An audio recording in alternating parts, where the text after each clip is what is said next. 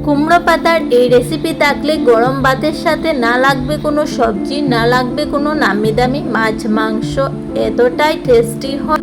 একবার বানালে বুঝতে পারবে, যাকে বানিয়ে খাওয়াবে সে আবারও খাওয়ার জন্য রিকোয়েস্ট করবে। আসসালামু আলাইকুম everyone, welcome to SM lifestyle blog. সবাই ওয়েলকাম করছে আবারও একটা নতুন ভিডিও দেখার জন্য।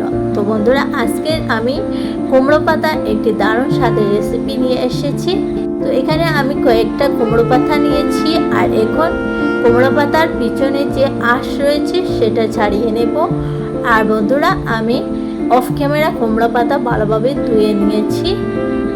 তো আমি একটা ছাড়িয়ে দেখিয়ে দিচ্ছি। তো দেখতে পাচ্ছেন আমি একটা ছাড়িয়ে নিয়েছি আঁশ, আর এখন আরেকটাও ছাড়িয়ে নিচ্ছি। এরকম করে সবটি কুমড়ো পাতার আঁশ ছাড়িয়ে নেব।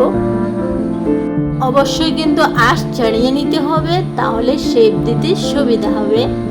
তো দেখতে পাচ্ছেন আমি সবটি আঁশ ছেড়ে নিয়েছি। এখন একটা পাত্র নিয়েছি, পাত্রে সামান্য গরম জল নিয়েছি, আর এটার মধ্যে কুমড়া পাতাটাই কিছু সেকেন্ডের জন্য ভিজিয়ে রেখে দেব।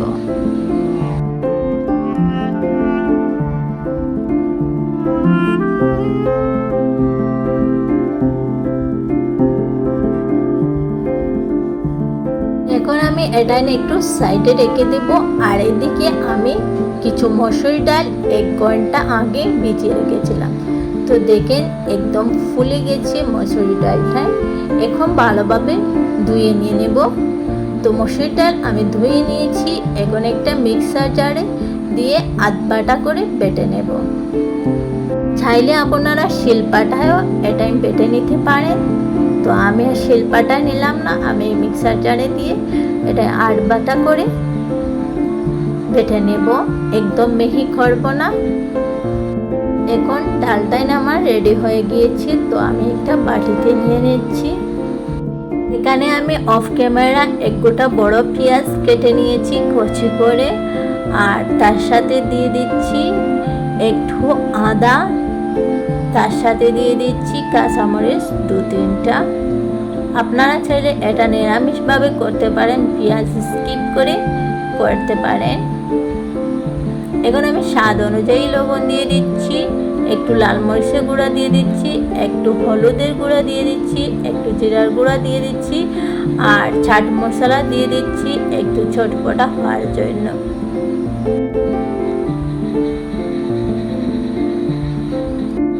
এখন আমি হাতের সাহায্যে সবটি ভালোভাবে মিক্সড করে নিয়ে নেব। আর এখানে বন্ধুরা আমি একটু সর্ষের তেলও ব্যবহার করেছি, আমি এটা দেখানোর জন্য ভুলে গিয়েছি। তো তোমাদেরকে বলে দিচ্ছি, একটু সর্ষের তেল দিয়ে দেবে এটার মধ্যে। সর্ষের তেল দিলে রেসিপিটা অনেক টেস্টি হয়, খেতে দারুণ হয়।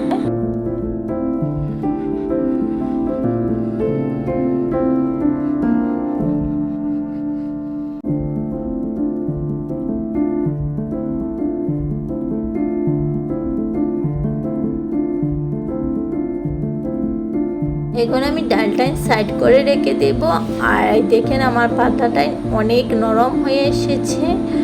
এখন শেপ দেওয়ার জন্য একদম রেডি পাতাটাই। তো আমি তোমাদেরকে দেখিয়ে দিচ্ছি কীরকম পাতাটাই সবটি কীরকম নরম হয়ে এসেছে। এখন আমি একটা পাতা নিয়েছি, আর পাতার উল্টা সাইড দিয়ে দিয়েছি। আর এখানে 3 চামচ ডালের ব্যাটারটা যে বানিয়ে রেখেছিলাম সেইটা দিয়ে দিচ্ছি। একটু বেশ দিতে হবে, না হলে শেপ সুন্দর আসবে না। তো দেখতে পাচ্ছেন এখানে আমি 3 চামচ দিয়েছি। আর এখন একটা ট্রায়াঙ্গেলে আকারে বানিয়ে নেব। আপনারা দেখে বুঝে নেবেন কীরকম আমি এটা বানিয়ে নিচ্ছি। তো বন্ধুরা, আমি এইরকম সহজ সহজ রেসিপি আমার চ্যানেলে দিয়ে থাকি। তোমরা চাইলে আমার চ্যানেলটা ভিজিট করে যেতে পারো। আর যদি আমার ভিডিওটা ভালো লাগে তাহলে প্লিজ আমার চ্যানেলটা সাবস্ক্রাইব করে নোটিফিকেশন অন করে দিও, যাতে যখনই আমি ভিডিও ছাড়ি তোমাদের কাছে নোটিফিকেশন ছড়ে যায়, আর তোমরা সময় মতো করে আমার ভিডিওটা দেখে দিও। বন্ধুরা দেখতে পাচ্ছেন আমার একটা পনির রেডি হয়ে গিয়েছে। এমন কঠিন কিছু নয়, যে কেউ ভালোভাবে ভিডিওটা দেখে যদি বানাতে পারবে। তো এখানে আমি আরও একটা পাতা নিয়ে নিচ্ছি, আর আবারও ডাল দিয়ে দিচ্ছি।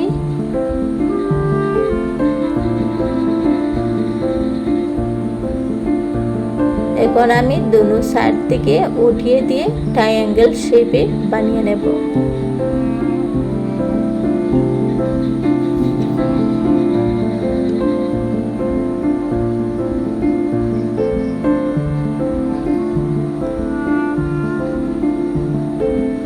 তো বন্ধুরা দেখতে পাচ্ছেন আমার আর একটা বনে রেডি। এরকম করে আমি সবজি বানিয়ে নেব।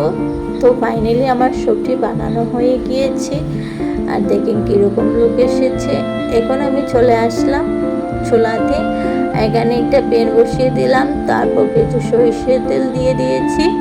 তেল গরম হয়ে আসলে আমি একটা একটা করে কুমড়োর পাতুরি দিয়ে দিচ্ছি, আর গ্যাস মিডিয়াম আঁচে রাখতে হবে।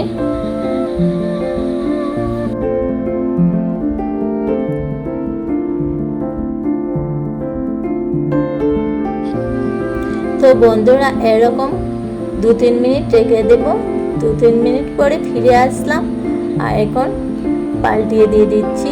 আর দেখেন একটু বাইর হয়ে এসেনি, সবটি পাতার মধ্যে সেট হয়ে গিয়েছে। আর সবচেয়ে বড় কথা বন্ধুরা, এরকম এই রেসিপিটা করলে কোনো রকমের তেল সর্ভ করে না। দেখতেই পারছেন আমি যতটুকু তেল দিয়েছি প্যানে অতটুকু তেল রয়েছে, কোনো রকম তেল সর্ভ করে না।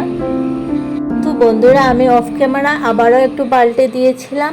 তো এখন ফাইনালি আমার কুমড়ো পাতুরিটা বনে রেডি হয়ে গিয়েছে। এখন আমি উঠিয়ে নিয়ে নিচ্ছি, আর কীরকম লুক এসেছে দেখেই তোমরা বুঝতে পারছো। আর বন্ধুরা যে এই পর্যন্ত দেখছো, একটা লাইক দিতে ভুলে গিয়েছো, প্লিজ একটা লাইক দিয়ে ভিডিওটা দেখার অনুরোধ রইল। আশা করি তোমাদের খুবই ভালো লাগবে, আর একবারও হলে ঘরে এই রেসিপিটা ট্রাই করে দেখতে পারবেন। বাচ্চারা তো আনন্দে খাবে, আর বড়রাও মজা করে খাবে। তো দেখতে পাচ্ছেন আমার সবটি বনে রেডি হয়ে গেছে, একটাও বাড়ে চলে আসেনি। আর কীরকম লোক এসেছে, আর খেতেও দুর্দান্ত হয়েছে। তো এটা আমি তোমাদেরকে ভাঙিয়ে দিয়ে দেখে দিচ্ছি। তো বন্ধুরা ভিডিওটা কেমন লাগলো, যদি আশা করি তোমাদের ভালো লেগেছে। যদি ভালো লাগে তাহলে লাইক কমেন্ট শেয়ার করতে ভুলবেন না। আর তোমাদের কমেন্ট আমাকে মোটিভেট করে আরও ভিডিও বানানোর জন্য। তো বন্ধুরা আজকে এই পর্যন্ত, আবার নতুন কোনো ভিডিওর সাথে দেখা হবে। সবাই ভালো থাকো, সুস্থ থাকো, নিজে খেয়াল রাখো, পরিবারের খেয়াল রাখো, আর আমার জন্য দোয়া করবেন, আর এরকম সাপোর্ট করে যাবেন। আল্লাহ হাফিজ। আসসালামু আলাইকুম ওয়া রাহমাতুল্লাহি ওয়া বারাকাতুহু।